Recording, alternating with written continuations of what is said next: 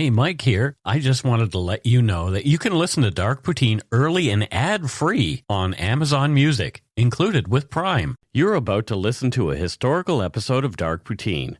After episode 149, you will find Scott is no longer with the show. In an effort to maintain continuity and offer listeners as many episodes as possible, we are leaving the episodes in which he co-hosted intact. Thank you.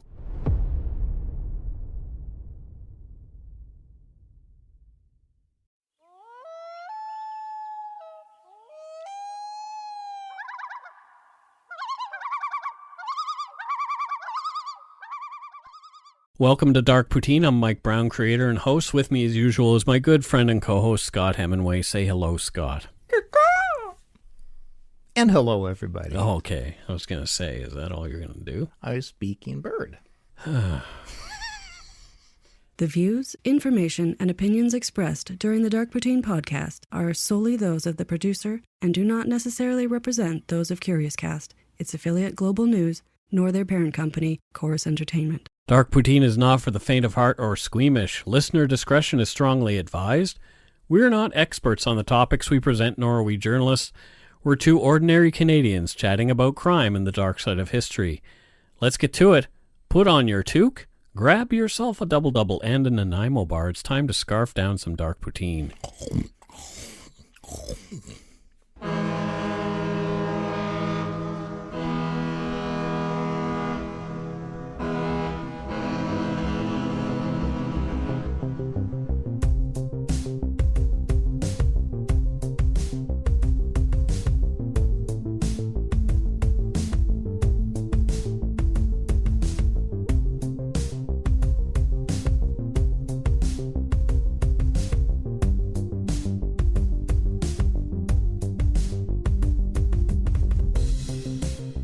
Before we get started, we wanted to remind you of our upcoming live show at the Rio Theatre during the Vancouver Podcast Festival. And that's at 10 p.m. on November 9th, 2019. That's the Rio Theatre in Vancouver. Mm-hmm. You can get your tickets by going to the website for the Vancouver Podcast Festival. Just Google that. And do it and get them. My hands are currently clasped below my chin. He's praying. I'm praying. And Scott does not pray easily. Nope. I'm essentially begging that you come. I want to see you. I want to see you all. We want to look out into the audience and see seats with people in them. Because, you know, there's not a hell of a lot worse than looking out and like tumbleweeds going across the chairs. And just my wife just staring blankly at her. Yeah. Oh no, she'll be on her phone. I mean, she'll be on Facebook. This sucks. Exactly. So this is episode 96, Broken Arrow, Bomber 075, and the Missing Nuke. Mm-hmm. That's 69 backwards, by the way. 96? Mm-hmm. Okay. Folks who were children in the years between the late 1940s and the 80s grew up during what was called the Cold War. Yeah, between the U.S. and her NATO allies in the West and USSR and the Eastern Bloc countries under the Warsaw Pact in the East. Yeah, I'm one of those. I was not born in the 40s, but I absolutely remember the Cold War. I remember movies like The Day After. Yep. Coming out and Threads. Being terrified that. Well, we're going to talk about that kind of stuff as we go. Good. So, with that Cold War came the nuclear arms race, where the two superpowers, Soviet Russia and the United States, tried to one-up each other, stockpiling massive numbers of nukes to get ahead of their opponent in a numbers game. Which really, that race is one where there are no winners. No. The end is mutually assured destruction. Yes, exactly. This is a race you don't want to win. No. Everybody loses. Also, along with that came increasingly deadly, accurate, long-range missiles capable of circumnavigating the globe to annihilate the enemy on the other side. It's just nothing but comforting. Nothing but comforting. Yeah. The United States was the first country to develop and only one to ever utilize nuclear weapons in the act of war, prompting the Japanese to surrender after the devastating bombings of their two cities, Hiroshima and Nagasaki, in August of 1945. It's really hard to process that actually happened. It really did. Yeah. Imagine that taking place now. Hiroshima was the first city bombed with a nuke. Mm-hmm. The 15-kiloton bomb called Little Boy airburst over the city after being dropped by the crew of the USAF B-29 bomber named Enola Gay on the morning of August 6, 1945 at 8:15 a.m. So everybody's going to work. Just waking Kids up, are getting ready to head. Yep. Going to school. Well, I don't know if school is going on in Japan on August 6th. I don't know how their school year looks, but I assume that's what was going on. Yeah. So, Yep. and then blammo. Just living your life. Just living your life. Just living your life. And then all of a sudden, what the F? Yeah. Big flash. Yep. Little Boy's blast leveled everything within 1.8 kilometers of ground zero. It killed 66,000 people directly and injured another 69,000 people. Jesus. 3 days later, the USAF Boxcar, another B-29, dropped the 20-kiloton Fat Boy on Nagasaki, killing 40,000 in the initial blast. And apparently there were fewer casualties because Nagasaki is in a valley, and so it absorbed more of the blast that way. Okay. Yeah. Many more died later on of diseases caused by radiation exposure. Mm-hmm. The risk of cancers, especially leukemia, went up significantly for those who were exposed to radiation from the explosions. Oh, I would imagine. It's impossible to calculate the actual death toll Yeah. because of how long, people may have survived from 40 years before falling, passing away due to the radiation. So seeing the power capable of the atomic bomb, the Soviets went to work quickly on their own nuclear program. They tested their first weapon, called First Lightning, at Semipalatinsk on August 29th, 1949. And the race was on after that. Yep. In the early 50s, both countries initiated work on extremely more devastating weapons. The largest nuclear weapon ever detonated was dropped by a Tu-95V Soviet long-range bomber. It was predicted that the crew on board only had a 50-50 chance of survival. So that, because they couldn't get away fast enough. They knew this going into it? Going into it. Holy shit. The bomb was codenamed Big Ivan, or the King of Bombs, Tsar Bomba. It weighed 27 metric tons, or 59,525 pounds, and it was 26 feet in length and 6.9 feet in diameter. Holy so this shit. was huge. Yeah. From atomicheritage.org, on October 30th, 1961, Tsar Bomba was detonated in the atmosphere at 11:32 Moscow time over the Mityushishka Bay nuclear testing range in the northern Arctic Circle. The bomb was set by barometric sensors to detonate at 13,000 feet and was dropped from a height of 34,000 feet. The Tsar Bomba yield was approximately 1,570 times more powerful than the yield of the bombs dropped on Hiroshima and Nagasaki combined. Shit. And 10 times more powerful than all of the conventional weapons exploded during World War II. Jesus Christ. Every single bomb. 10 times more. Tsar Bomba also represented 25% of the estimated yield of the Krakatoa volcanic eruption of 1883, that eruption that caused the loudest sound, as we talked about in our episode on Tunguska. And it was 10% of all nuclear tests by this point. Shit. Right? End quote. The maximum design yield of that bomb was a whopping 100 megatons. Oh my God. But the bomb the Soviets tested was equivalent to a measly 57 megatons. So they could have made a bigger explosion if they had really wanted to. Holy shit. Over the years between 1950 and the 2000s, there have been upward of 30 incidents and close calls involving nuclear weapons that could have ended very badly. The most famous of these is the Damascus incident.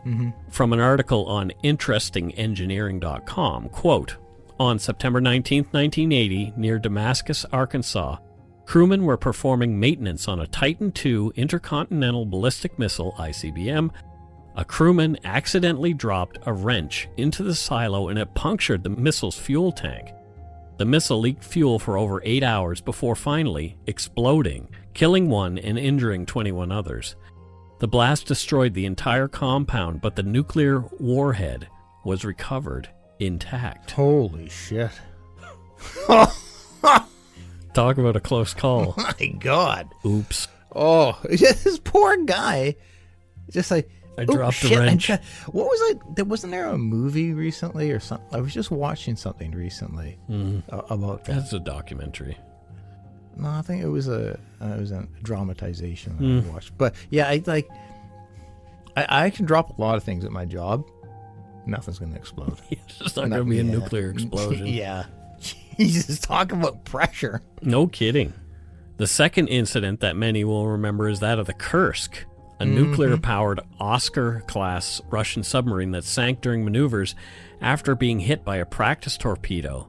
It had 118 sailors on board in the Barents Sea on August 12, 2000.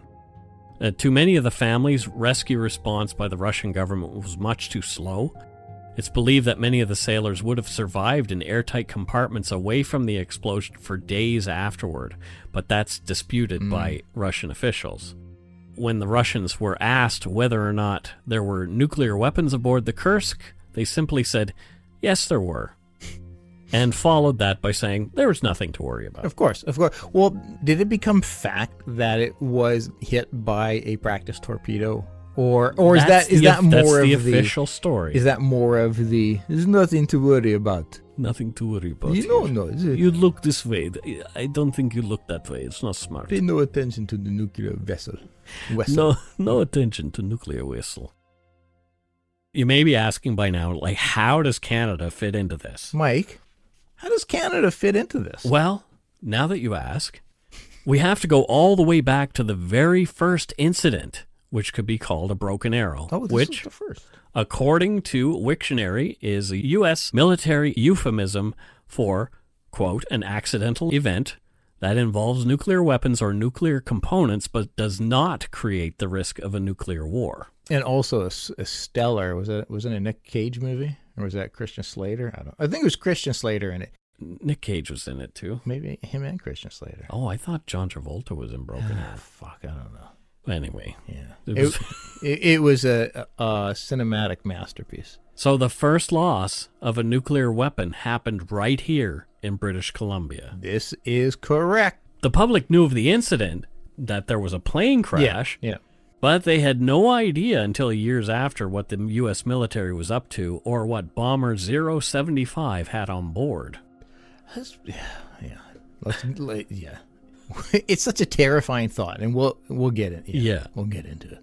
With the Cold War came readiness to react in case of attack. Part of the readiness for the United States were long-range bombers. Mm-hmm. The one we're about to introduce you to was a Convair B36 Peacemaker, which is an ironic name for a nuclear bomber, a model of intercontinental bomber operated by the United States Air Force from 1949 to 1959. It was massive, with a 70-meter wingspan, Jeez. The widest of any warplane ever built, and was the largest piston-driven plane ever, built with 6 engines. Jeez. These planes were equipped with 4 bomb bays, built specifically to carry atomic weapons. It was eventually replaced by the B-52, which started its missions in 1952. On the day before Valentine's Day, 1950, a crew of 17 total boarded the B-36 Air Force serial number 44-92075, belonging to the 436th Squadron of the Strategic Air Command. Their mission, what was it? That day was a 24-hour-long, non-stop simulated bombing run from Ellison Air Force Base near Fairbanks, Alaska. Southern California and San Francisco were set to play the Soviet Union in an exercise.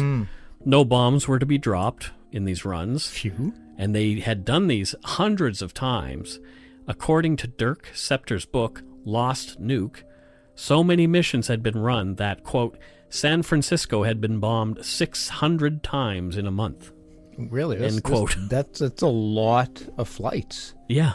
Okay. So these bombers are practicing all the time. Yeah. And the residents had no idea what was going on. Yeah. It's like, now, we've been bombed 600 times. Now I'm going to question every jet I hear flying over. You probably should.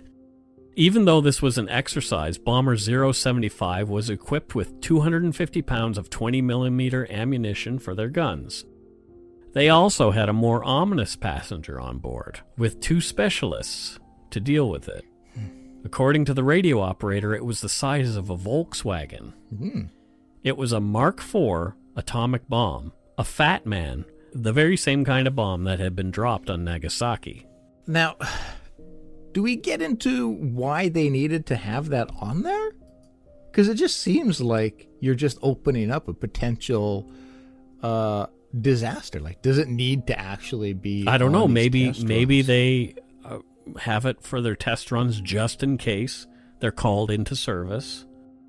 Yeah, I mean, maybe. Yeah, that's a possibility. Yeah. Like you're in the middle of your test run. It's like, oh, you know what? We need to divert you. Yeah, you probably don't have time to go and try to fly back. And okay, sure. Yeah. I mean, maybe. Bomber 075's final destination was to be their home base at Carswell Air Force Base outside of Fort Worth, Texas. According to a 1993 article by Dirk Septer in BC Aviator magazine, trouble began a quarter of the way into the flight, so about 6 hours. It was extremely cold, and the B-36 began icing up badly due to freezing rain outside. Even their instruments began to malfunction. Great sign. Not good. Great sign. The first distress call indicating issues due to ice came around 11:25 p.m. So it's one thing I've learned already through this is I thought the plane was going the other way. I thought it was coming from the U.S. Nope. It was through Canada to Alaska. Nope. It was coming back. Okay, interesting. So it was coming down the coast. Yeah. And they hadn't planned to enter Canadian airspace at all. Oh, okay. It just ends up that that's what happened. A second, more urgent message came soon after the first one. And it goes this way. One engine on fire. Contemplate ditching in Queen Charlotte Sound between Queen Charlotte Island and Vancouver Island. Keep a careful lookout for flares of wreckage. What it just makes it up. Car's breaking down. We're gonna pull over. Yeah. Yeah. And it's kind of not like that. No, you have a engine on fire. You have in a multi-thousand-ton plane with 6 engines. Carrying A bomb. what kind? A nuclear bomb. Oh, yeah. Yeah, we're just gonna pull over. We got a flat. Out of the 6 engines, 3 were on fire and a 4th was not running due to a clogged fuel line. Oh my shit. The heavy bomber was losing altitude, and nothing the crew did would keep her in the air long enough to land safely. Oh my god. The plane was going down just south of Prince Rupert. Imagine being one of the individuals on this plane, eh? Yeah, one of the 17 guys. You've got so many things to contemplate. Like, well, a plane crashing, you typically aren't going to survive that. Yeah. But should you, there's a potential. Yeah. Nuclear explosion. So you know what's going on. Everybody's getting their Mae West parachutes on. Yeah. They're getting ready to go. Yeah, I would imagine. The first order of business, though, for the specialists was to disarm the bomb that they had on board. What a job that is. You're like, we're crashing. Shit, I still have to work. The men assigned to the task busied themselves doing just that. This would include removing the plutonium core, if one existed on the plane. That's the piece that causes the actual nuclear chain reaction between the explosives and uranium casing contained in the bomb. Yeah, I was just going to say that. Okay. Yeah, I mean, we all know that. According to Dirk Septer in his book Lost Nuke, it's unclear whether that task was actually completed. Eesh. Quote, on the order of the bomb commander, the Mark IV bomb was dropped from the aircraft with the intent that it be destroyed over the Queen Charlotte Sound at an altitude of 3,000 feet. Flight engineer Cox reported observing a bright flash followed by a loud sound and a shock wave. End quote. So, okay. Yep. So they actually... They had to drop it. All right. But there's more to this story. We're not even remotely close to finished. Okay. The experienced pilot, Captain Harold L. Barry, made the call, and their last radio message came around 11:40 p.m. They were bailing out. Okay, well... Barry then called for his crew to, quote, abandon ship at an altitude of about 5,000 feet. From Dirk Scepter's Lost Nuke, quote, to save his crew from drowning in the frigid Pacific Ocean, and with a bomb now destroyed, Barry had violated standing orders and turned the giant bomber east toward the Canadian mainland, according to Cox. Just before he ditched, Barry turned off the aircraft's radar signals to prevent disclosure of its position and set the automatic pilot to accomplish a gentle turn back out toward the Pacific. So why shut off the radar? He was doing something that was against the rules. But if you're planning on surviving, that's going to be found out anyways. Yep. But maybe not. If the plane ends up in the ocean, it's not going to be found out. But you will have been found on land. Oh, well. And trying to, you can plot the... I don't know how much time he had to ponder this, Scott. Maybe nobody will notice. Parachuting onto land would give a higher chance of survival than dropping Sure. into the Pacific Ocean on a cold winter night where drowning was not the only danger. Guaranteed. Hypothermia and death would follow quickly in the frigid water. Yeah. This isn't Hawaii, our beaches and our ocean. Before bailing, the radio operator, quote, tied down the transmitter key to produce a steady signal. This would enable rescue units to get a quick fix on the bomber's last position. Okay. So, All right. even though the captain turned off the radar, the radio guy just keyed the mic and then tied it down. Yeah. Anyway, so they could triangulate the position that way. Which is the right thing to do. But that's not what happened anyway. Oh. Soon after midnight, Captain Barry was the last to bail out of Bomber 075, leaving it to its fate, hopefully a harmless crash somewhere in Queen Charlotte Sound.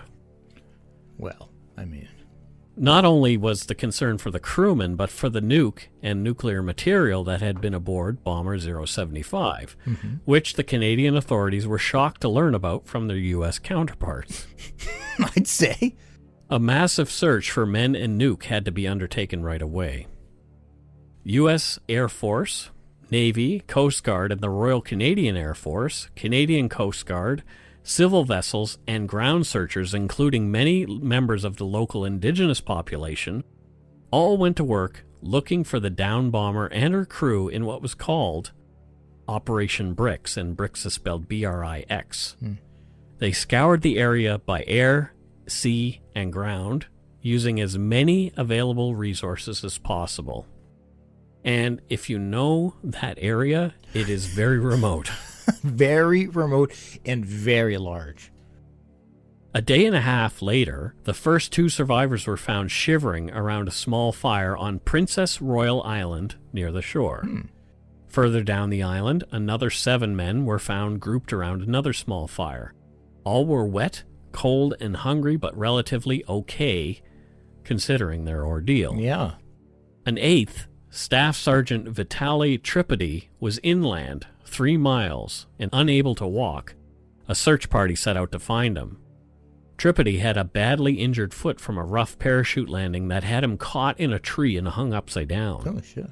His fellow crew members cut him down and wrapped him in parachutes to keep him warm while they went to the coast for help. Dirk Scepter's Lost Nuke quoted the grateful airman, quote, I lay there in that ice and snow for a day or two until I was found by a Canadian rescue team who got me to a ship, Tripodi recalled. These Canadians who picked me up were the swellest people I ever met. The first thing they did was give me morphine to kill the pain in my foot, then I drank all their cocoa. End quote. All of it. It sounds like a grandpa thing to say. It really does. Isn't that weird? Yeah. And they were the sweetest, the swellest people. They gave me morphine and then cocoa. And cocoa. Wow. It's a fun day if you've had morphine and cocoa. It almost sounds worth losing a nuke over. Morphine and cocoa. As the search dragged into the third day, time and weather were a concern regarding the lives of the 7 remaining crew from Bomber 075. By the 15th, 12 of the 17 had been found, but deep, falling snow, cold, and a massive search area thwarted the efforts of the searchers. It's not an area you want to be lost. Princess Royal Island is not exactly a tiny rock in the middle of the ocean. It has an area of 2,250 square kilometers. It's uninhabited, densely forested, and only accessible by boat or plane, and full of rocks. Sounds great. Great. It was strongly believed that 4 of the missing airmen had bailed out too far over the water to be rescued, and the 5th might have died somewhere in the brush. Searching began to ramp down in the weeks following, finally ending on March 10th, 1950. The 5 men remained missing and were presumed deceased. Yeah. From Dirk Scepter's Lost Nuke. Quote, Operation Bricks had covered approximately 25,000 square miles. Wow. A total of 40 aircraft had been involved in the search, including 7 consolidated PBY Catalinas, 2 Douglas C-47 Dakotas. We talked about those C-47s before. A Nordian Norseman, a Beech 18 Expediter, 2 Sikorsky S-51 helicopters, and an Avro Lancaster from the RCAF. During this operation, the RCAF motor launches Huron and Montagne were employed for 21 and 17 days respectively. Supply vessel Songhe clocked 253 hours during 30 days on Operation Bricks. End quote. So the search for the bomber was an expensive one. Yeah. On many levels. Scepter also mentions that a B-29 that had been involved in the search crashed near its base in Montana, killing 8 of its 15 crew who had gone back to refuel and rejoin in the second day of the search. Shit, I had no idea about that. Yeah, so other people died trying to rescue these guys. Well, it's what makes search so difficult. Be it military or just somebody lost in the woods, is that it's very dangerous. And don't take risks because people could die just trying to save you from. Yeah. So, and this is the perfect example. Aside from the missing crewmen, where was the plane?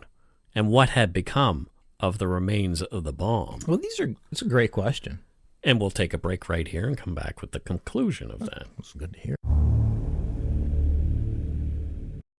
If you're looking for a smoking gun, I can absolutely guarantee you will not find it. In October 2001, a series of letters filled with a deadly powder called anthrax were dropped into the U.S. mail system. What started as an unprecedented case turned into an unsettling mystery. Who sent these deadly letters, and why? From Campside Media and Sony Music Entertainment, I'm Josh Dean, and this is Cover Up Season 4, The Anthrax Threat, available now.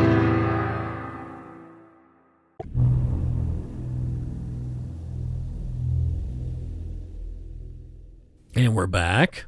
All the searches for the wreckage of the bomber in the areas predicted turned up nothing. There was no trace of Bomber 075. And so people saw like an oil slick here in the water, and they thought, okay, maybe it's there.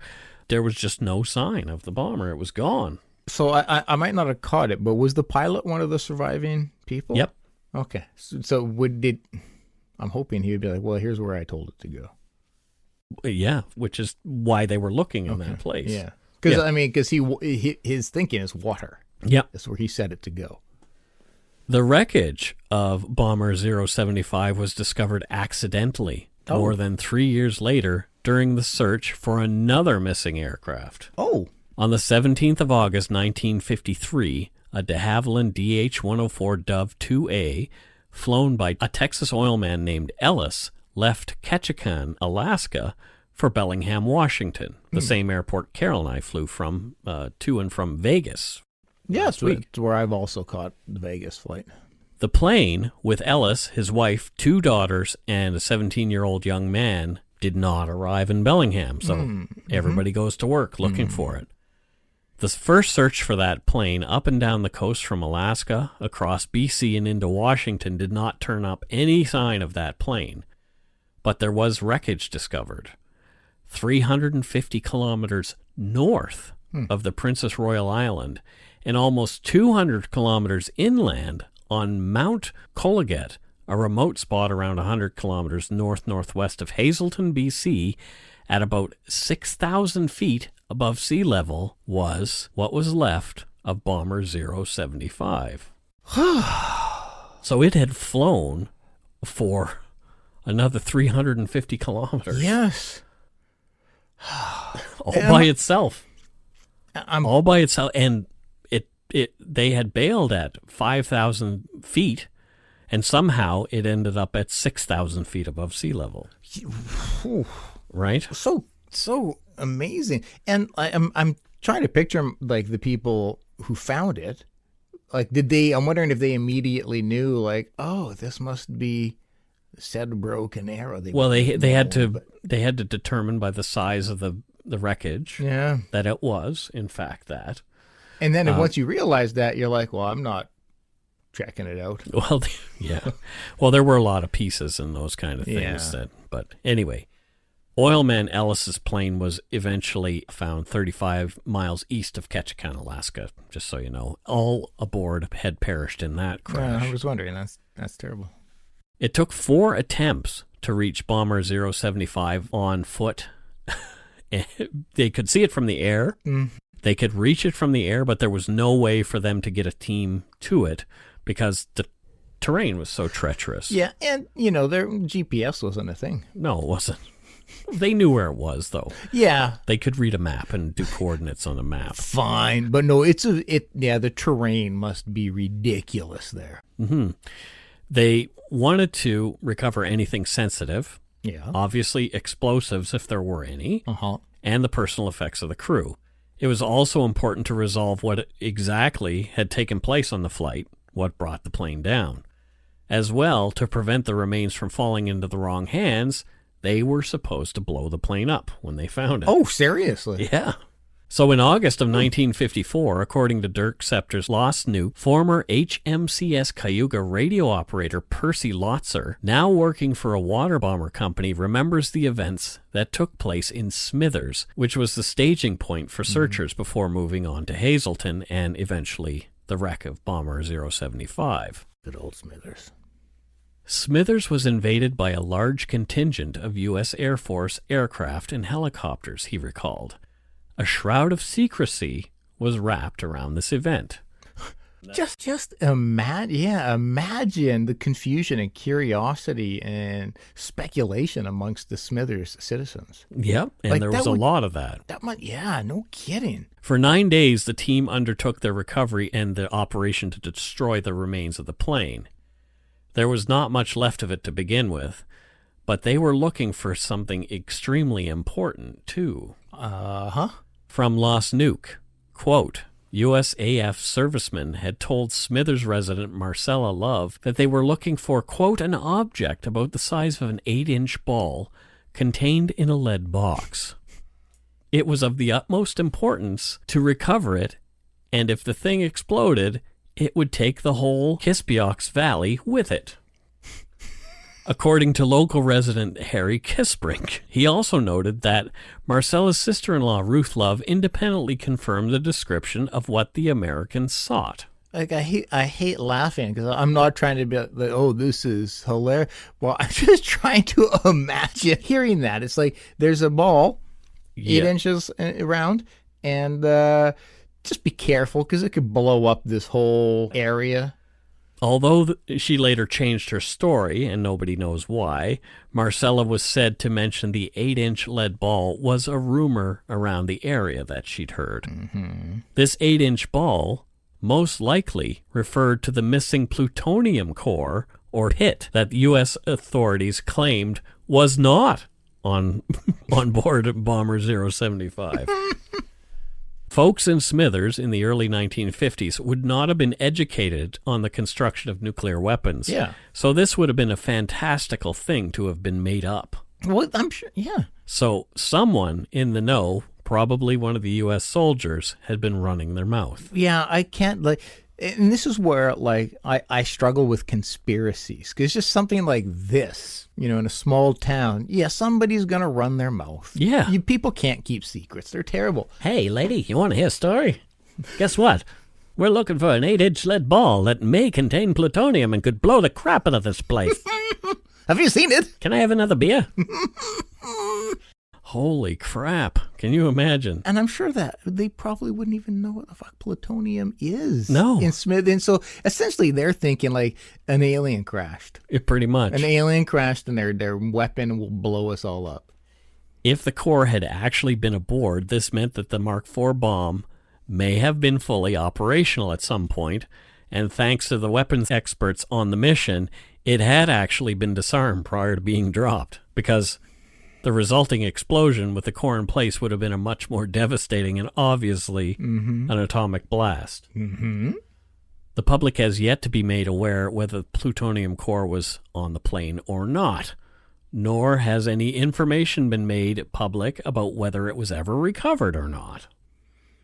It's a frightening thought that there could still be a highly radioactive chunk of plutonium laying in the Pacific after being jettisoned by a flight crew, or somewhere in the BC wilderness waiting for someone to discover it while they're hunting bunnies. You're saying this is like now? Yes, This right now. Jesus. Some don't believe it existed, but many who know the story well do believe that it was there. Holy shit. According to Lost Nuke, 4 detonation plugs only used in a live nuke were discovered on the plane. The manifest of the bomber's load list mentions an 11,000-pound item, the Fat Man bomb, and also a 67-pound item locked away in its own compartment. Oh, well, you know, it's probably just like somebody's luggage. This manifest does not specifically identify what this item was, but its weight is, quote, in the exact right range for a plutonium core, said an expert. They wouldn't mention it unless it was important. This is actually the first item on the list under cargo and miscellaneous. Holy Just Jesus. a 67-pound Plutonium core. Plutonium core. Yeah, no big deal. That's all it is. It's no big Where deal. is it today, Scott? I don't know, but how much do they go for on the Nobody black knows. market? Oh, exactly. Pieces of the story continue to trickle out. For example, a recently declassified document indicates there was actually a body found amid the wreckage. So who was it, and why had he stayed aboard? Holy crap. What do you think about this story, Scott? Oh, so many things. Right? My first thought is, can we get to this wreckage site? Well, if they had trouble getting there in 1959... We could probably walk there. No, I think you and I would have definitely... well-trained soldiers in 1959. Men who were through World War II. Yeah. I see what you get. Mike and Scott, Fat Man and Little Boy. But Yeah, that's not going to go so that good. would be the name of our documentary. It Finding should be. So is there still wreckage there? Or Yeah, did the they, in wreckage fact, still... The people take pictures. so they haven't blown it up? They blew up parts of it. But- Interesting. Mm-hmm. That's interesting. So my gut is telling me they know where the core is. I don't know. My gut is telling me that it was probably There are stories about somebody who recently went to hunting in the area and happened to be a compatriot of Dick Cheney. And this was during the Bush presidency. And saw the pictures at a local business. Yeah. And questioned the people in a very authoritarian way about had they ever found anything or seen anything. Well, see, so my gut is telling me that the crew yoinked that plutonium core and shoved it out of the plane and into the ocean. Hopefully, but okay, if they did that, though, it's still there in the ocean somewhere. Yeah. In 2016, someone thought they had found a part of the bomb in the ocean, but it turned out to be part of some machinery. Oh, okay. But it wasn't the bomb. Because that, like, and perhaps the crew, for whatever reason, because maybe they breached some protocol, just swore to never tell the truth about it. Yeah. Because that would maybe the guy who they found in the wreckage was the guy who was supposed to deal with that. Yeah, maybe, and because that would maybe he opened the box by accident.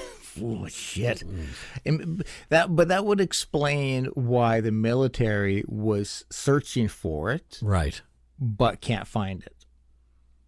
Because you would think there's got to be some plutonium Geiger counter. There's got to be some. Well, yeah, there are Geiger counters. Yeah. Well, but you would think there's got to be some kind. It's 2019. There's got to be. It was in a lead case, though. Yeah. Yeah. The case would probably break open upon. Well, how do you know? Are you an expert in plutonium cores? So what I haven't ever told you is my free time I build lead cases. Great. Yeah. So Canada, for those who are unaware, and some of our younger listeners may be entirely unaware of this, I bet you. We do have a history with nuclear weapons.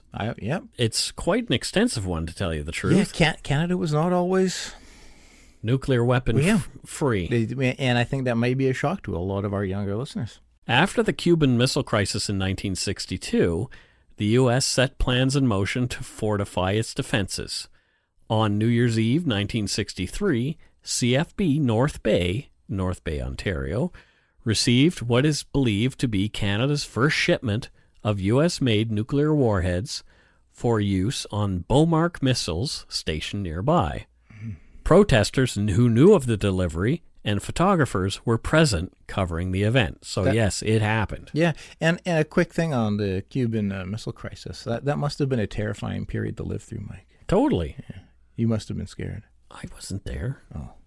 From John Clearwater's book, Canadian Nuclear Weapons, The Untold Story, as summarized in Wikipedia, quote, through 1984, Canada would deploy 4 American-designed nuclear weapons delivery systems accompanied by hundreds of warheads, 56 CIM-10 Beaumark surface-to-air missiles, 430 MGR-1 Honest John rocket systems armed with a total of 16 W-31 nuclear warheads the Canadian Army deployed in Germany, 1,080 nuclear W-25 Genie rockets carried by 54 CF-101 Voodoos, those are planes, estimates of 90 to 210 tactical 20 to 60 kiloton nuclear warheads assigned to 6 CF-104 starfighter squadrons, about 90 aircraft, based with NATO in Europe. There was a lack of open sources detailing exactly how many warheads were deployed. End quote. So that's not exactly firecrackers. No, sir. Yeah. So a man I used to work with in the Bridgewater Cemetery, he was a former member of the Canadian Air Force, Royal Canadian Air Force. Yeah. And he was stationed at CFB North Bay during this time. And although he wasn't a technician or directly involved with the maintenance or possible launch of a nuke, he was security for those people who oversaw those things. Oh, wow. So he was working with nuclear weapons. Yeah. Yeah, right here in Canada, on yeah. Canadian soil. Well, and I can remember in the early 80s, my mom would take me to protests. Yeah, because your mom and dad are both pretty politically active folk. Oh, very. Yeah. Yeah, very, very, Damn very. hippies. Yeah, right. That explains me. They, my mom and dad would always take me to these to rallies and marches, and I can remember going to a couple of, getting nukes out of Canada. And, I was very young. I remember the protest against the cruise missile tests in Alberta in 1983. Okay. I don't remember that one. Yeah. Okay. I was like 14. Yeah. Canada was officially disarmed in 1984. But we still fall under that umbrella of nuclear protection, being a NATO nation. Yes. Not only was Canada home to nuclear weapons, a team of scientists in Montreal were instrumental in assisting France and Britain with their nuclear programs through the development of a superior method for the extraction of pure plutonium. Oh, okay. So, we helped those two nations become nuclear. But spoiler alert, it was all a a trick, and all those, if those nukes exploded, it was just Poutine would shoot out of the bombs. I hope that would be the case. Yeah, it would be just Poutine and gravy, yeah. cheese curds. It would actually bring peace to the world. Yeah, but I doubt that's actually true. Poutine peace. Kids growing up today train for active shooter drills in their schools, while we lived in the era of mutually assured destruction, fearing that our planet would be vaporized at any time by the sheer number of weapons that would be released if a nuclear war started between the U.S. and Russia. And it was a real fear that we had. I shit you not, especially the movie The Day After. I literally can remember living in fear that this was a possibility for quite a while, that nuclear destruction was an absolute viable possibility. It was very, the Cold War was a pretty scary goddamn time. I actually collect nuclear war movies. And TV shows and stuff. Yeah. Yep. I have a whole whack of them on. Do you have The Day After? I do. I'm going to need to watch that. And I have Threads as well. Yeah. Have you ever seen that one? The British No, one? because that was like aired once, wasn't it? Yeah. I have a copy of it. It was just so terrifying. Yeah. But there's a bunch of them. There's one that's really moving, which is about a British cartoon of an older couple who are living in rural England, and the bomb goes off, and they're essentially trying to survive this. It's probably the most heartbreaking thing that I've ever seen. Oh, we need to sit down and have a nuke day. Yeah, we'll do that. Yeah. In 1951, Archer Productions was hired by the U.S. Civil Defense Administration to produce a film for children. Oh, okay. It was an animated film called Duck and Cover, in which Bert the Turtle taught kids and adults what to do in the case of an atomic blast. It's now public domain, so we'll share a link to the entire thing in our show notes. Yes, please. Here's a little ditty that starts the film. Dum dum, diddle dum dum, diddle dum dum, diddle dum dum. There was a turtle by the name of Bert, and the turtle was very alert. When danger threatened him, he never got hurt. He knew just what to do. He ducked and cover, ducked and cover.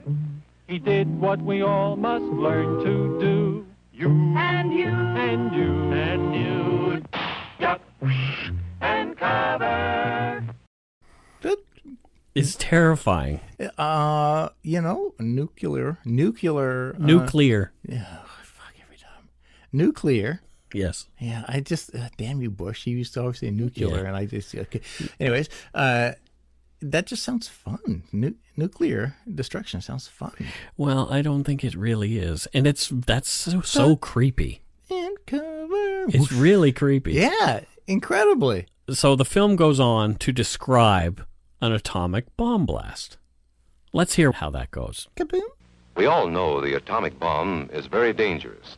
Since it may be used against us, we must get ready for it, just as we are ready for many other dangers that are around us all the time.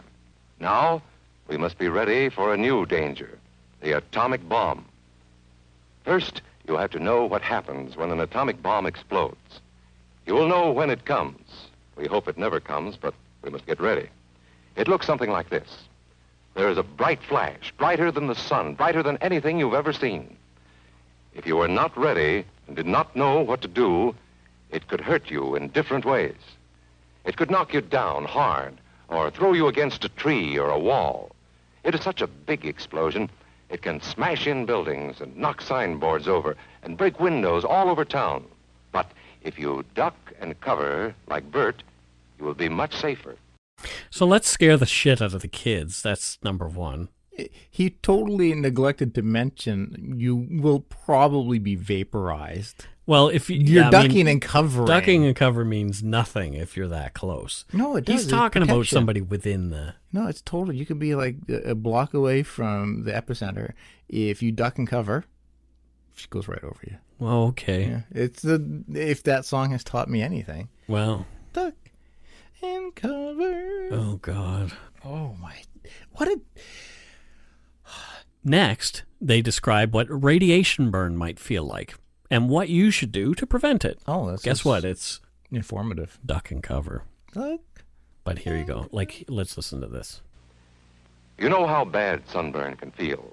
The atomic bomb flash could burn you worse than a terrible sunburn, especially where you're not covered. Now, you and I don't have shells to crawl into like Bert the Turtle, so we have to cover up in our own way. First, you duck, and then you cover. And very tightly, you cover the back of your neck and your face. Duck and cover underneath a table or desk or anything else close by. Does this guy give you the creeps? Oh, completely. He's getting a lot of joy out of this. He's just, yeah, don't worry, just duck and cover and everything. Make sure you cover the back of your neck. Yeah, with your hands, which will be radiation burned, and you'll lose them to some sort of weird cancer. But would you rather lose your hands or the back of your neck, Mike? Well, I don't know. The back of my neck is sort of fat. I could lose. Oh. That's... Make sure you cover the back of your neck. It's like Phil Hartman doing a skit. Hey there, Bobby. Yeah.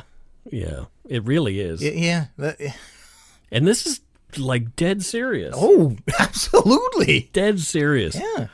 So after another few minutes of terrifying discussion about nuclear war, the film ends this way. Let me guess, there's some ducking and or covering. I bet you there will be. But there might not be any grown-ups around when the bomb explodes. Then you're on your own. Remember what to do, friends. Now tell me right out loud. What are you supposed to do when you see the flash? Duck and cover. Duck and cover. Duck and cover. So not only will there be a nuclear blast, your parents won't be there. Oh, my God. Oh, shit. Oh, my God. This is horrible. Oh, my God. So you're going to, like, if you survive, if you've properly ducked and covered, like, you're on your own, live in this post-apocalyptic world on your own, Timmy. I wouldn't be comfortable playing this for your 12-year-old. Like, seriously. Yeah, the terrors you would have, like... It's just horrifying. Yeah.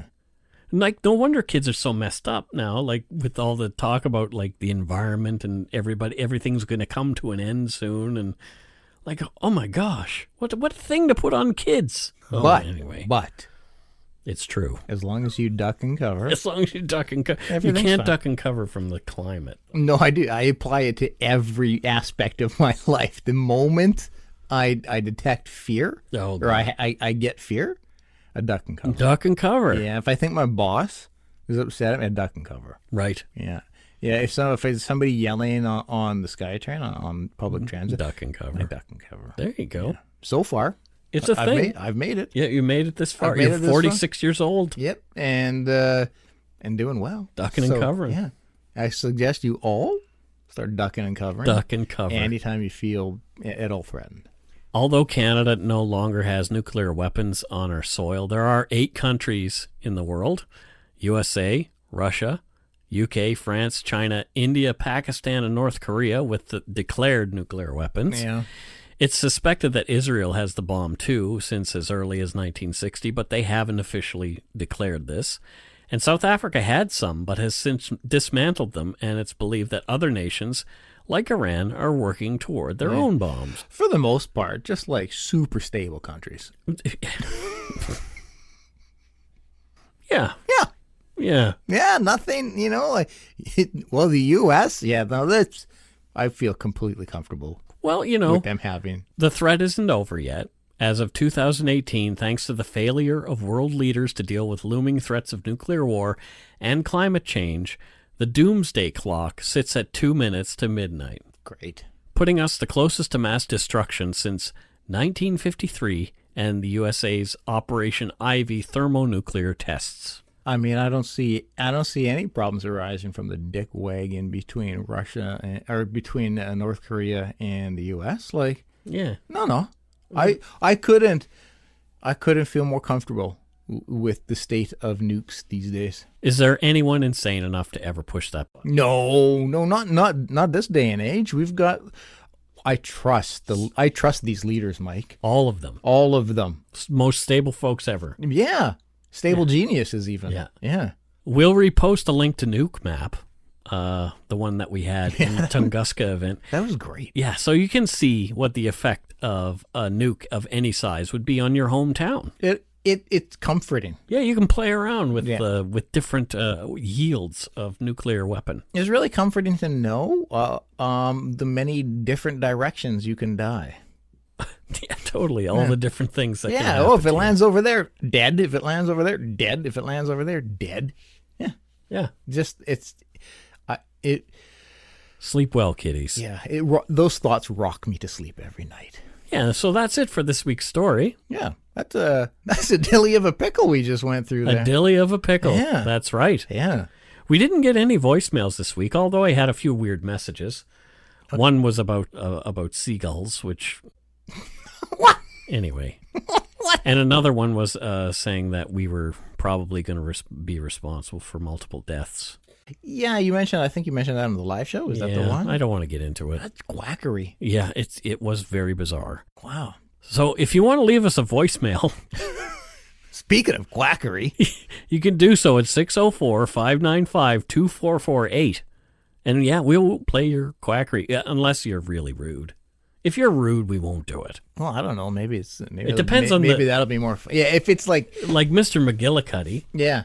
Yeah, but he hasn't called back. He hasn't. No, I'm kind of surprised. Sunshine McGillicuddy. I probably broke him when you called him Sunshine. Yeah, he probably went on a rampage. He's probably waiting for you in a bush. It's possible. It's possible. Yeah, or he just he's just still sitting in the exact same spot doing this. You're actually making a face just like I'm sure he looks. Yeah, well, exactly. Yeah. And a reminder. And we'll remind you again, we are going to be having a live show at the Vancouver Podcast Festival on November 9th at 10 p.m. at the Rio Theater. Please come. Get your tickets at the Vancouver Podcast Festival website. Please come. Please. We'd love to see you there. We need to see you there. Yeah. We want to say thank you to a couple of folks. Great folks. We're remiss because we got these magnets from Jess Huey from Clemenson, South Carolina, a little while ago. Yep. She made these herself out of pottery. Yeah. And they say dark poutine. She gave us a green one and a brown one. And I've got one on my fridge. Oh, you've got one on your fridge? Yeah, there was three. Okay, there were three. There was three. I didn't just give you... What color is the other one? I don't remember. I think it was two of the dark blue ones. Oh, there you go. And so she says, Scott and Mike, thank you so much for all y'all do. Absolutely love the podcast. I feel like we've been friends for ages.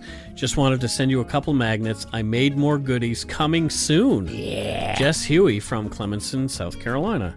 Thank you so much, Jess. These are awesome. She is really talented. I love these. She's got an Instagram page dedicated to her, I was pottery looking at and stuff. Yeah. She's a very talented cat. So thanks, Jess. Yeah, go. Sorry, I don't know her page off. Her Instagram page off my. Send it to me and I'll post it in the show notes. Yeah, because you should really check it out and buy some of her stuff. And we got a message from. We got a message from Jillian Adair. Yeah, she lives in Winnipeg, Manitoba. I always have a warm spot in my heart for Winnipeg. And she writes, Mike and Scott, I'm so in love with dark poutine. I have an hour commute to work every day. Listening to you guys really makes my day. My cottage is in Whiteshell by Falcon Lake. We did the UFO Falcon Lake episode. Yeah. So I'm at Falcon often. I loved your episode on the UFO, so when I saw these, and they're two magnets that have Falcon Lake on them, and a picture of a little UFO, with the date on it, I knew I had to send them to you both. Hope you enjoy. Keep up the great work. You make weirdos like me very happy. Jillian Adair. As I tell my daughters, it is a badge of honor being called a weirdo. Oh now. My gosh, yeah. So I would have been much cooler today, I think, than I was when I was a kid. Oh, absolutely! I was a fucking weirdo. I absolutely agree. Yeah, I would have thrived. Yeah, I think you and I would have been like the prom queen and king. Yeah, together. Together. Yeah, well, that'd be lovely, Mike. Whatever floats people's boats. Yeah, I have a boat. I almost got a thought boat. about getting a boat, Yeah. but I don't need a boat. It's podcaster life. Yeah, I don't have that much money. No, there was a sign on a friend of Dad's boat that said, a reminder, a boat is a hole in the water into which you throw money. Yeah. Yeah. That's Yeah. So before we go, we want to give some shout outs to our Patreon patrons. Yeah. This week, we have one from a place I don't think we've had any others. Oh my goodness. Where? It's Hannah Smith, and she's from Singapore. Sounds like a traditional Singaporean name. No, it does not. Wow. So she's probably okay, Hannah Smith, she's probably Russian, emigrated to Singapore? Yeah. From Russia? I guess so. Smith is a very popular Russian Sure. last name. Smithsky. Smithsky, I drink. David Menzies from Victoria, BC. Oh, yeah. David, we didn't see you at our meetup. Yeah. But anyway. Well, didn't see me there either. Well, that's because you jammed out. I had a thing. But thank you so much, Hannah and David. Yes. We very much appreciate that. Yes. We've got a bunch actually from British Columbia this week. Represent. Nicole Brennan from Coquitlam. And that Coquitlam is one of my favorite name places to say. So I may have brought this up before, and I'll bring it up again. So you have Burnaby and Coquitlam. They're right next to each other. You get Burquitlam. If you're kind of in the middle area, you say you live in Burquitlam. Why wasn't it called Coquirnaby? It's a legit question. I don't know. Anyways. Dania Avery from New Westminster, your old stomping grounds. My youngsterhood. Your youngsterhood. Yeah. Oh my goodness. That's where I spent my youngsterhood. New West was the first capital of BC, right? Yeah, the Royal City. Yeah. That's very cool. Yeah. Thank you, Dania. Amy Yusefian from San Francisco, California. That's the place I want to go. I want to go there too. I want to go to San Fran. Carol and I were talking that we should be going to California next because we've done Vegas 3 times now. Mm-hmm. We haven't done California since 2001. Do it. It was even before 9/11 we went to California. I've never been to California aside from us in LAX. Yeah. LAX stinks. Yeah. That's the closest I've been in Cali. Is that what? Yeah, we had a good time in LAX. It was just so pleasant. So much seating available. I hate that place. So much seating available. Oh my God. Yeah. Catherine Catalano. But yeah, San Francisco, I want to go. Yeah. Because it's all hilly and nice. Yeah. It looks sort of like Vancouver. They should put that on the brochures. It's so hilly and nice. Hilly and nice. Catherine Catalano from St. Louis, Missouri. Hey, Catherine. And your Blues were just in the White House there the other day. Oh, really? With the Stanley Cup. Yeah, that's right. Yeah, well, they won. Did they? Yes, Scott. They won the Stanley Cup this year. We've talked about my falling out with the NHL. Yeah. But yeah, so congrats to the St. Louis Blues, and thank you, Catherine, for supporting our show. Very much so. Stephanie Godden from Burke, New York. I don't know where that is. No, well, I know it's in New York. It is in New York. That I get. So you can be guaranteed that is in New York State somewhere. I'm going to think that it's in the South-North territory. South-North? West-East. Yeah, exactly. Yes, it is definitely there. Of New York. Of New York. State. Yeah. Victoria Grande from Richmond Hill, Ontario, and I don't know if that's just grand with an E, but I wanted to say Grande. It's my favorite size of Starbucks. Grande? Yeah. Yeah, mine too, actually. Yeah. I don't like venti because then I have to pee for 3 days. Yeah, it's excessive. 20 ounces is a lot of coffee. Well, and I like to get 2 Grandes in a day. To get 2 ventis, like that's just all done. You're asking for trouble. Very much. Yeah. Maddie Meredith from Los Altos, California. That sounds like a great place, too. It does. Los Altos. It does, yeah. Thank you so much, Maddie. Yeah. Los Altos. California. Los Altos, California. I wonder what Altos means. Shoes. No, that's Zappos. Oh, that's close. There's a toast in there. No. Yeah.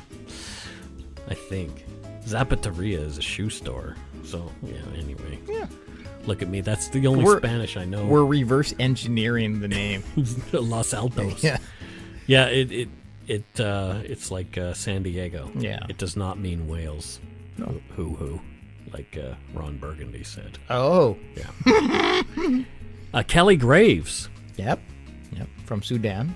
She's from Sudan. Wow, that's our first Sudanese patron. Thank you very much, Kelly Graves. Yeah, it is. It is. What she does there is pretty exciting. The Graves? No, Mike. Okay. Preposterous. What does she do? She's a news anchor. She's a Sudanese news anchor. Yeah. Interesting. Yeah, you wouldn't think that. Oh, they're probably looking for. She's probably a diversity hire. Probably so. Yeah. Probably so. But however she got the role, she just kicks ass at it. Oh yeah. She is great. She doesn't speak. She was the most qualified for the job. She doesn't speak the language at all. Oh, that's problematic. At all. Does she just like make weird gestures at the screen? No, she just does it in English. Oh. Yeah. And then they subtitle her. Exactly. Oh, well, that's good. Yeah, because I mean that just makes sense. Yeah, why would you hire somebody who doesn't? Anyway. But as far as English speaking Sudanese news anchors There's no go, other like Kelly. Top of the charts, Kelly. Top of the charts. Top of the pops.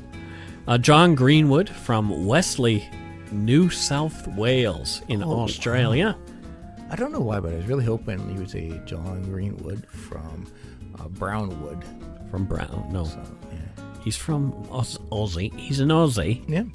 Hello, nice lady. Are you a bedwetter? What a box. Teresa Dixon from Manning, Alberta. Oh. Thanks, Teresa. Thanks, so Teresa. much. Yeah. Manning, Alberta. Yeah. I've never been to Manning, Alberta. I've been through Manning Park in BC. Have you been to Peyton Manning, Alberta? No. You should I hear he's got a lot of Super Bowl rings, though. He does. Carolyn Norwood from Pittsburgh, Pennsylvania, home of the Pittsburgh Penguins. Correct. Sidney and Crosby. The Pittsburgh Pirates. Yeah, there's a lot of Pittsburgh. And the Pittsburgh Steelers. Yep, a lot of Pittsburgh going on. There's lots of Pittsburghian. Yeah, they've had some good sporting teams. They have had some good sporting teams. Yeah. I used to like the Pittsburgh Pirates because their hat, baseball hat, the one with the yellow stripes around it. Yeah. I loved that hat when I was a kid. I don't know why. And the same here. I loved it too. Maybe it was just black with yellow stripes going around it. It was oldie time too. Very oldie. Yeah. Well, thank you, Carolyn. Very much so. Cynthia Casey from Van Nuys, California. I think of souped-up cars when I think of Van Nuys. I don't know why. That's a great thing to think of. I used to have a magazine that was like all about like hot cars, like drag racers and hot rods and stuff like that. I read and they were always talking about Van Nuys. Yeah. Did you know my new car has a turbo? Yes. Okay. Anyways, yeah, you told me that. Just thought I'd bring that up. Thanks, Cynthia Casey. Caitlin Payne from Covington, Kentucky. Covington, Kentucky sounds like a place that I should go. I'm just going to say, I hate Colby Covington, who is a UFC fighter. Okay. I don't know if... I don't think he's related to the actual place, Covington, Kentucky. Mike, I just felt like I needed to bring that up. Leave Caitlin alone. She's very nice. She's become a patron. This is not about Caitlin. My hatred for Colby Covington. Yeah. Caitlin, you rock, though. There you go. Case Evans from Seattle, Washington, just over the border. Love some Seattle. Name. Case Evans. Right? Hey, this is Case Evans on CKAA. Speaking of news anchors. Yeah, exactly. This is Case Evans. This is Case Evans coming at you. That was AC/DC. Next up, Aerosmith. Just the bands. Dude looks like a lady. You threw a little Australian into that. What? He did. Dude looks like a lady. Oh, well. Some southern. So thank you, Case Evans from Seattle. Stephanie Pierce from Toronto, Ontario. She upped her pledge. And I said Ontario because I thought it was funny. Yeah, jeez, Mike. But it's not really terrible because you were just there and you loved it. And from Toronto, Ontario, upped her pledge. That is awesome. I love Ontario. I would like to go someday.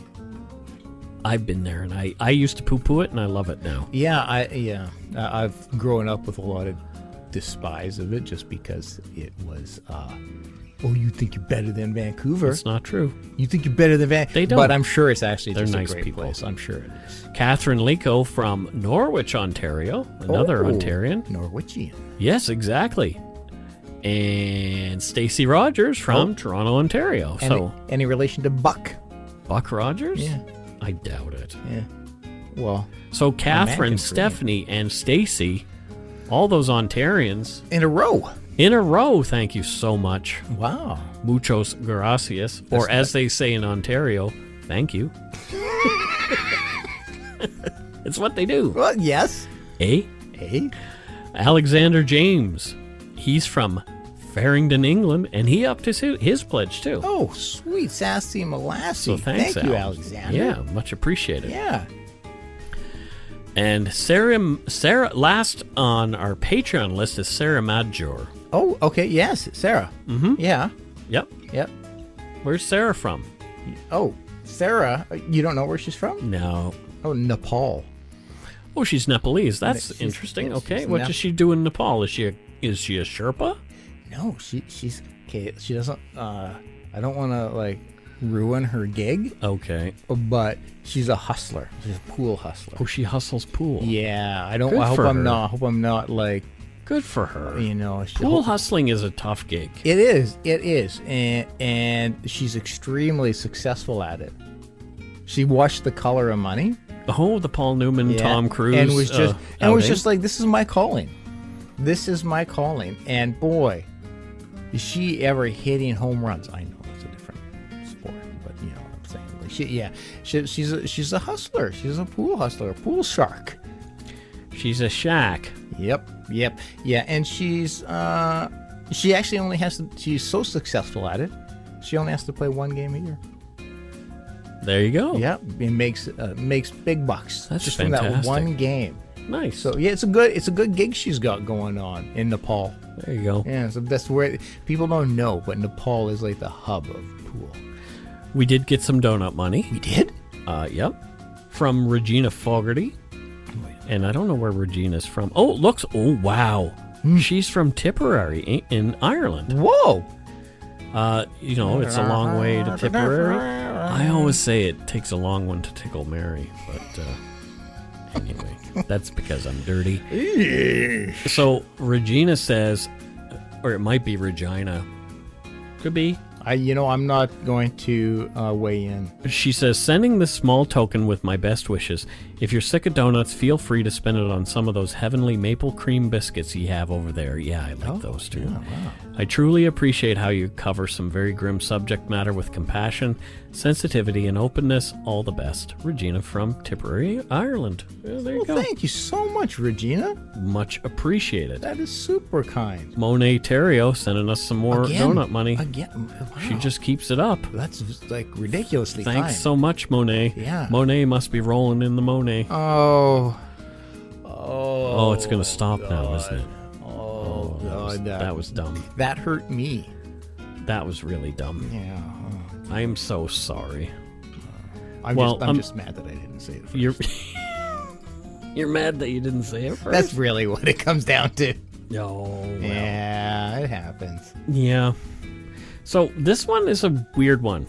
Oh, it's from somebody named Sarah Long, and I don't know whether she's tall or, she's long. Okay, yeah. Sarah Long. Yep, Sarah Long. Sarah Long. Is her last name Johns? No. Oh. No, she's just Sarah Long. She said you don't have to say my name, but I'm saying it because it's Sarah Long. You said it.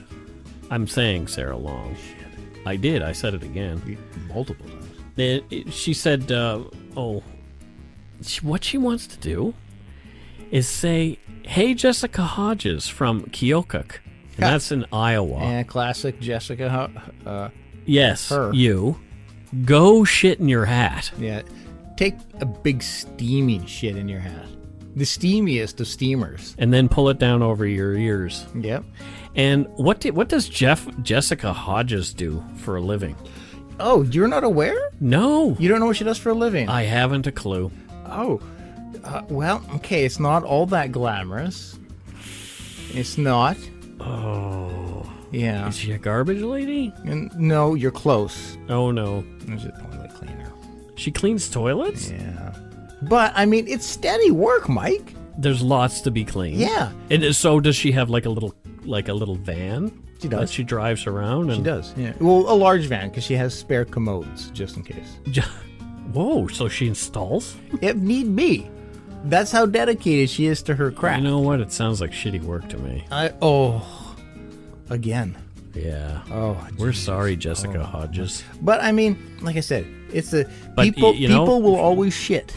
Well, she's got shit in her hat because we told her to go. Well, I shit in her know hat. that's why. So she's probably good at cleaning I don't know it if we anyway. should say that to her, but because she's a bit sensitive. It could be offensive to her. It could be offensive to her, or she could just be like, "Yeah, no big deal. No big deal. I shit in my hat. There's more than shit in my hat. I got shit on my hands. Got shit on my knees. We'll see what I'm getting at. So it's like whatever. That's not an insult. Sure, I mean that happens to me 3 times a day.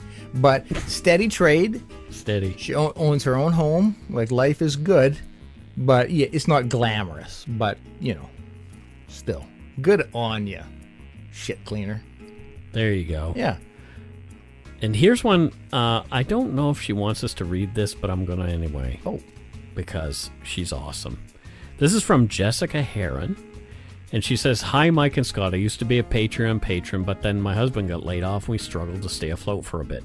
And you know what? If you can't patronize us, just keep telling your friends about us. Seriously. Yeah.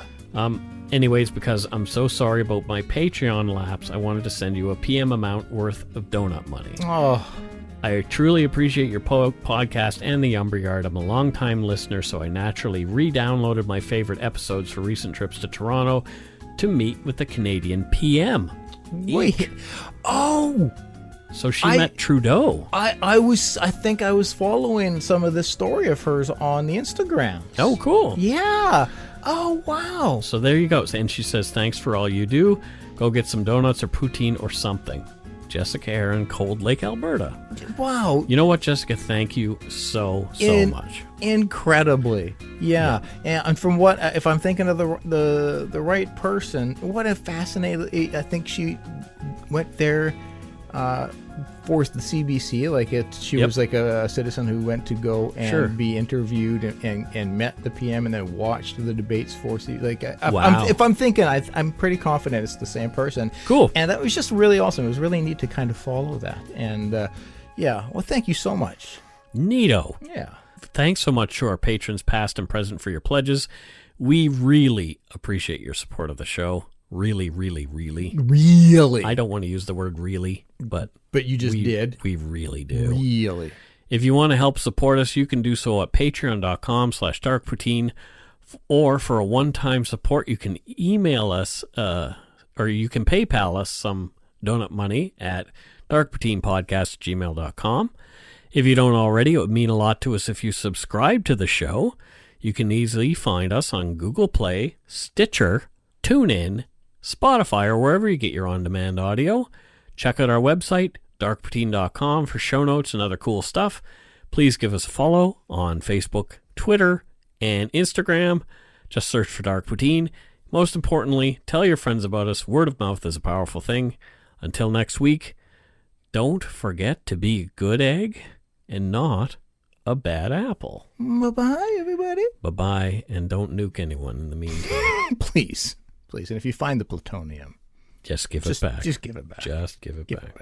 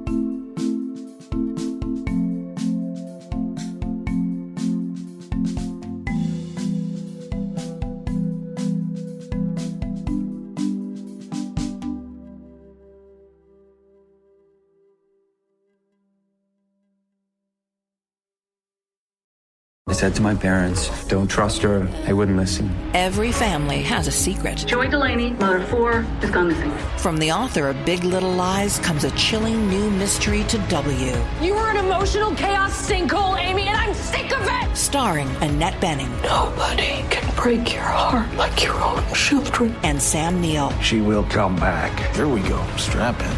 Apples Never Fall. All new Thursdays, only on W. Stream on Stack TV.